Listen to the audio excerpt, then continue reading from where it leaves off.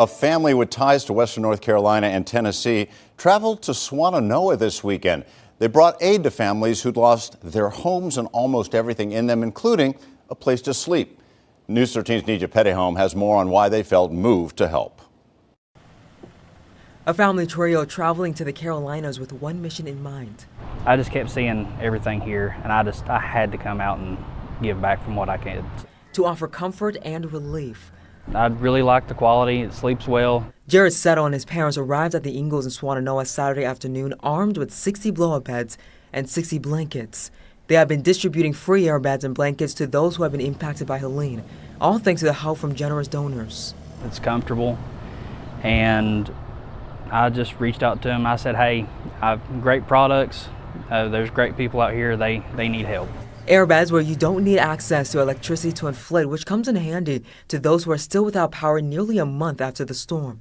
You just open the bag, and once you pull the actual mattress out, there are a couple clasps. Just pop those off. And on the bottom, there is a little twist valve. You pop that open, you just twist it until it says inflate on the inside. You unfold it and you just let it inflate, do its thing for a little bit. And once that's done, it should look something like the one right there. And as the word quickly spread, they were soon left with less than 30 airbeds and just 5 blankets. Do you want a big one, smaller one, or? One man who asked we not show his face on camera lost almost everything from Helene. The water goes over my knees. We have no job, no nothing, and then we just have to say thank you for everybody coming up and then helping us. He says that he is grateful for the much needed support provided by the Suttles family. They gave me a bed and then some blankets, you know. There's a weather time coming up, so I feel comfortable to get this stuff, you know. For me, my wife, and my kids gonna be good. Yeah, thank you so much. Also in Asheville, community members got their running shoes on Sunday morning and met at the Just Running on Merriman Avenue for Good Quality Fellowship. The event was open for all kids and adults, regardless of pace, and ability. There were 4 run-walk options, from a kids fun run, 5K, 6 mile, or 10 mile. Event organizers ensured no participant was left behind, with group leaders and group sweepers to keep everyone together and safe. And one of the organizers we spoke with said people being together can help overcome the ups and downs of the recent storm. One thing that we all believe in is that there's power in number, and when you bring enough of us together, that healing can happen, and it's better to heal with people that are in it with you than alone. There was also free food, drinks, and supplies for folks to take home with them following the race. Now millions of dollars are on their way to help local victims of Hurricane Helene. That's after Saturday night's Concert for Carolina. So far, the event has raised upwards of $24.5 million, and all that money will come right back here to Western North Carolina. More than 82,000 people crowded into the Bank of America Stadium Saturday night. That was the highest attendance count in the stadium's history.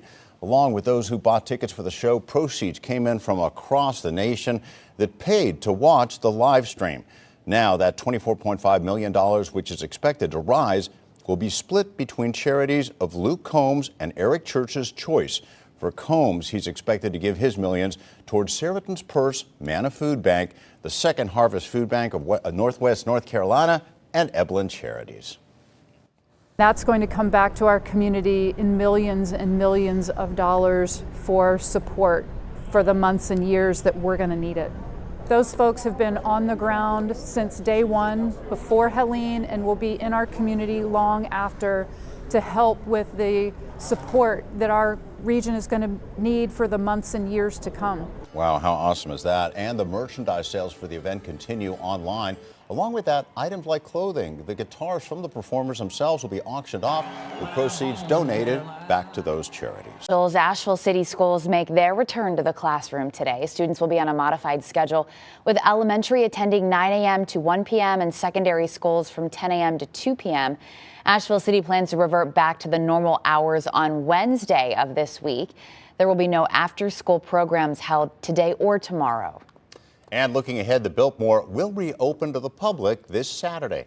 Biltmore staff say it's reopening in time to celebrate the holiday season. Several areas had damage, especially the forests on the 8,000-acre property.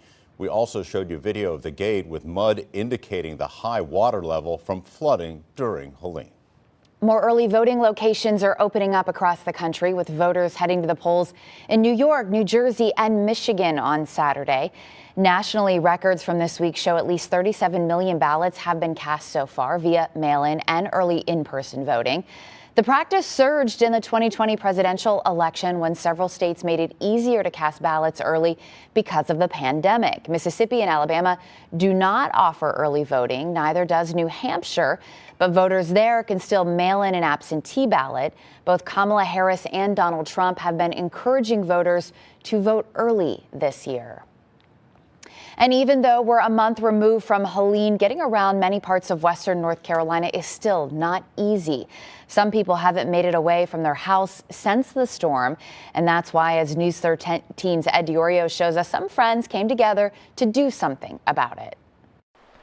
In many parts of western North Carolina, there are still roads that look like this. There's no timetable as to when these will be safe to drive on once again.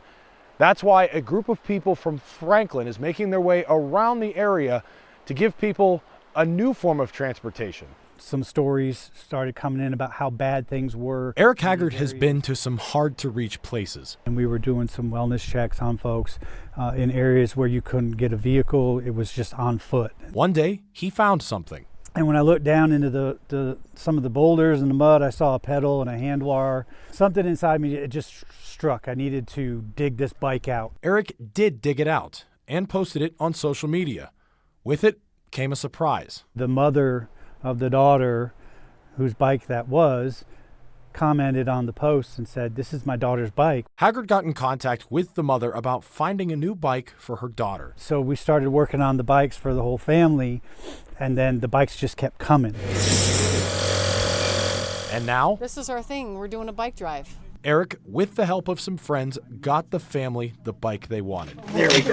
And has already done the same to help other people in Yancey County. And they're not done.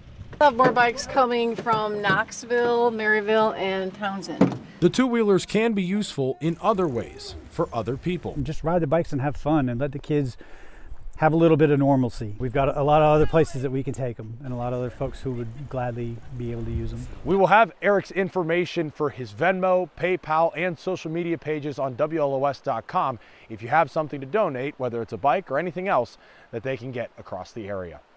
In Yancey County, Ed Diorio, News 13. And a whole other kind of work is underway, this kind to get the community to fall into the holiday spirit, and it all began with Boo Bash.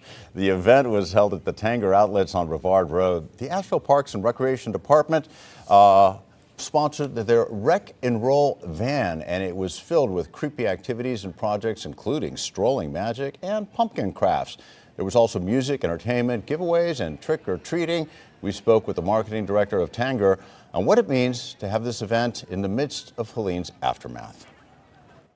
We wanted to bring some normalcy to the community. We've been through so much together, and it's kind of a little emotional to see all of this because of what we've gone through and seeing everybody with smiling faces.